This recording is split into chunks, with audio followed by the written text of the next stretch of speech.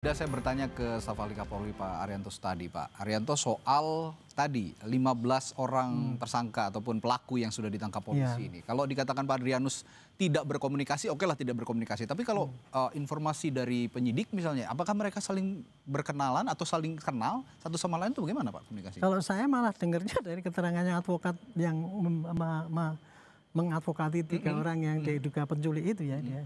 Dia kan hanya ini orang-orang ini tadinya kan cuma dijanjikan cuma mengambil doang itu, nggak ngerti kalau itu mau untuk dibunuh ya. Dan dia kaget ketika sampai sana ternyata beritanya kayak gini kayak gitu. Makanya sampai pengacaranya juga meminta maaf bahwa klien saya ini tidak terlalu bersalah lah kan gitu kan. Dan itu biasa seorang advokat pasti akan sekecil mungkin yang diadvokati itu bisa dihukum yang berat kan gitu kan. Nah, tapi yang jelas Pak, antara klaster yang tugasnya itu mengamati, kemudian menculik, kemudian yang eksekutor itu pasti tidak akan tidak ada hubungan saling mengenal. Mungkin mengenal ya satu sama lain, tetapi dia nggak ngerti yang ini nanti ditugasi apa itu pasti nggak ngerti. Dan itu dalam tanda kutip ya, dalam hal ini melakukan kejahatan dan bertindak fatal untuk mereka sendiri masing-masing gitu ya. Ya buktinya advokatnya kayak gitu, dia nggak terima kalau anak buahnya. Dan hingga saat ini juga sepertinya kuasa hukum masing-masing yang ada 3 klaster yang dikatakan sendiri-sendiri kan sendiri-sendiri, tidak ada advokasi yang berbarengan begitu ya. Nah Pak Adrianus, kalau melihat profil pelaku sebagai otak ya, kita bicara otak pelaku ya, sebagai pemilik bimbingan belajar begitu, ataupun seorang yang punya kondisi latar belakang ekonomi yang cukup baik begitu.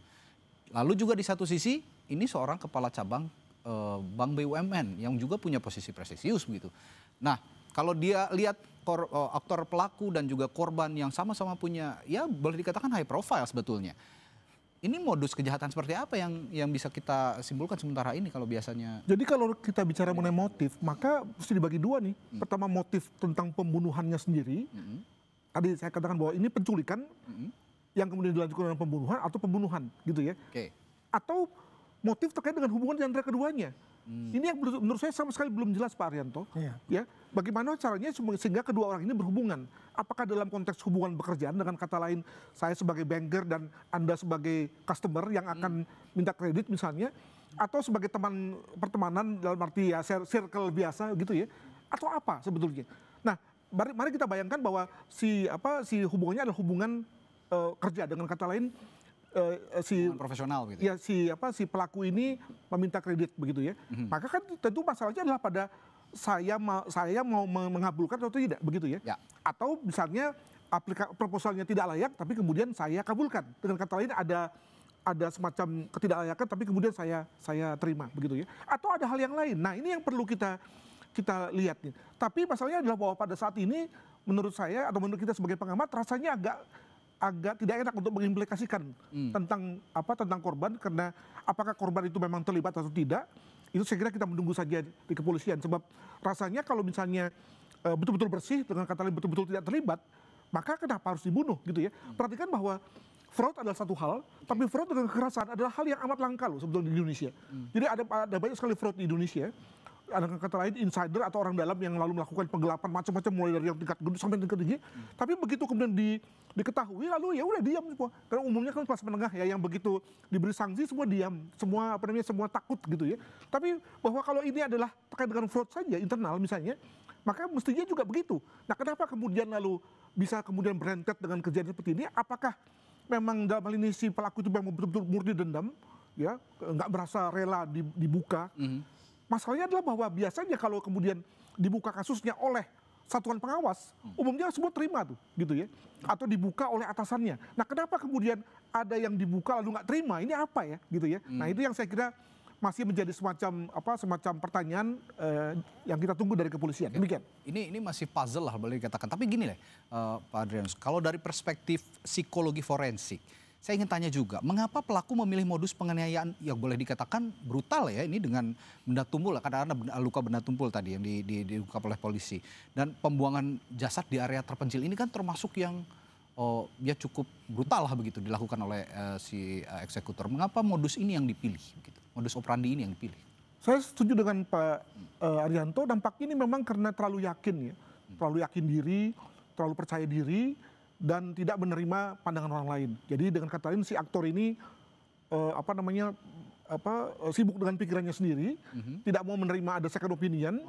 Dan di pihak lain ada orang-orang yang ya tinggal iya saja mengikuti perintahnya tanpa lalu bisa memberikan semacam masukan bahwa Pak begini bahaya dan seterusnya. Nah, maka jadilah lalu kemudian modus yang kemudian dengan mudah bisa ketahuan. Mungkin begitu.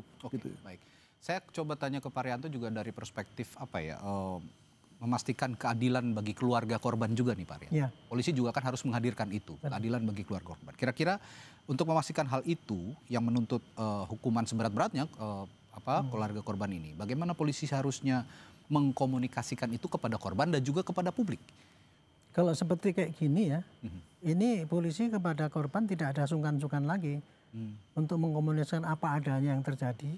Justru pada posisi kayak gini nih, polisi kalau mendekati korban ingin mengorek kira-kira apa masalah pribadi dari korban itu.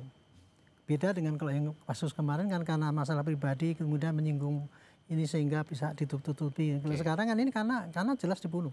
Itu korban, orang yang baik dan kemudian korban. Pasti dari pihak korban menghendaki ini siapa pelakunya harus dihukum sesuai dengan setimpal dengan ini ya kan. Nah, makanya itu sekarang polisi harusnya ya ini sangat intens sekali untuk mengetahui apa permasalahan yang korban ini.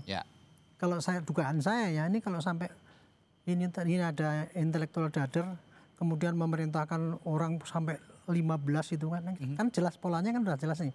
Ada yang ingin membunuh dan kemudian dia memerintahkan kepada 4 grup ini tadi dan dengan membiayai gitu kan. Tapi kok kemudian endingnya kepada sampai membunuh. Itu kan kemungkinan kan mungkin dia mau menutup seperti tadi Profesor mengatakan bahwa untuk membungkam lah misalnya gitu. Atau maunya diajak kerjasama tapi tidak mau.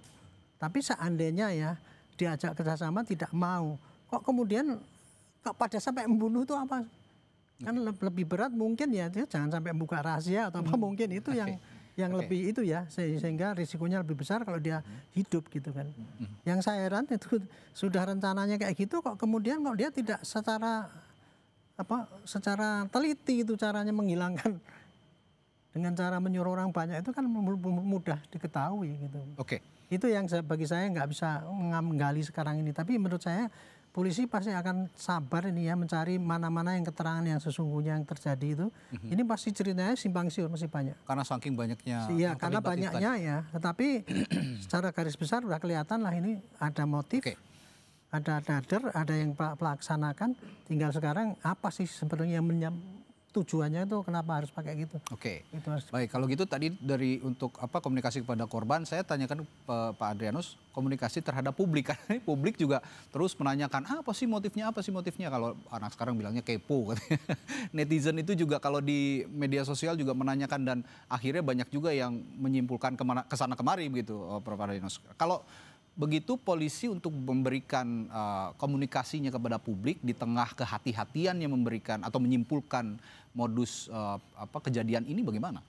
Khususnya ketika tadi saya sudah membuat satu semacam sinyalemen bahwa kalau memang korban sama sekali tidak terlibat dalam arti dia berada pada posisi sebagai pengawas, melihat adanya kejanggalan ya aliran dana kah atau ada proposal yang di markup kah, yang memang merupakan fraud yang bersifat standar di perbankan, it's okay.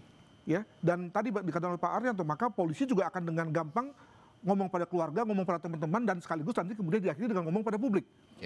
Masalahnya adalah bahwa bagaimana kalau berbeda, dengan kata lain, korban juga langsung maupun tidak langsung sebetulnya tahu terlibat dengan situasi ini.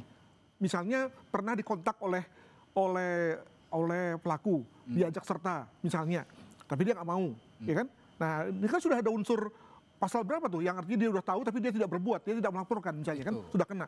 Atau yang lain adalah bahwa lebih jauh lagi nih, ini tentu saja asumsi ya, dia sudah sampai pada titik tertentu, sudah sama-sama jalan, tapi kemudian lalu balik kanan, lalu malah melaporkan. Bayangkan kalau kita bicara mengenai dendam, maka bukankah itu yang lalu biasanya menimbulkan dendam, gitu ya? Orang yang sudah sejalan, tapi kemudian lalu tiba-tiba menelikung dari belakang. Sekali lagi ini, mohon maaf kepada keluarga ya, gitu ya. Nah itu yang saya kira, yang lalu akan membuat polisi lalu menjadi susah dalam rangka mengkomunikasikan kepada publik. Demikian. Diskusi malam hari ini adalah sekali lagi untuk menganalisis saja, tidak untuk mendahului hasil penyelidikan dan penyidikan polisi yang hingga saat ini memang belum mengungkap modus ataupun motif dari para pelaku ini melakukan penculikan dan pembunuhan kepada kepala cabang Bank BUMN yang ada di Jakarta. Baik, terima kasih Pak Adrianus, Pak Arianto sudah hadir di Sapa Indonesia malam hari ini. Semoga nanti juga polisi yang kata Pak Arianto tadi sedang bersabar menyimpulkan bisa segera memberikan kesimpulannya kepada publik supaya juga publik, kenapa publik penasaran juga, saya yakin juga supaya publik juga bisa berhati-hati dengan modus-modus serupa dalam kejadian-kejadian kejahatan seperti ini. Baik, terima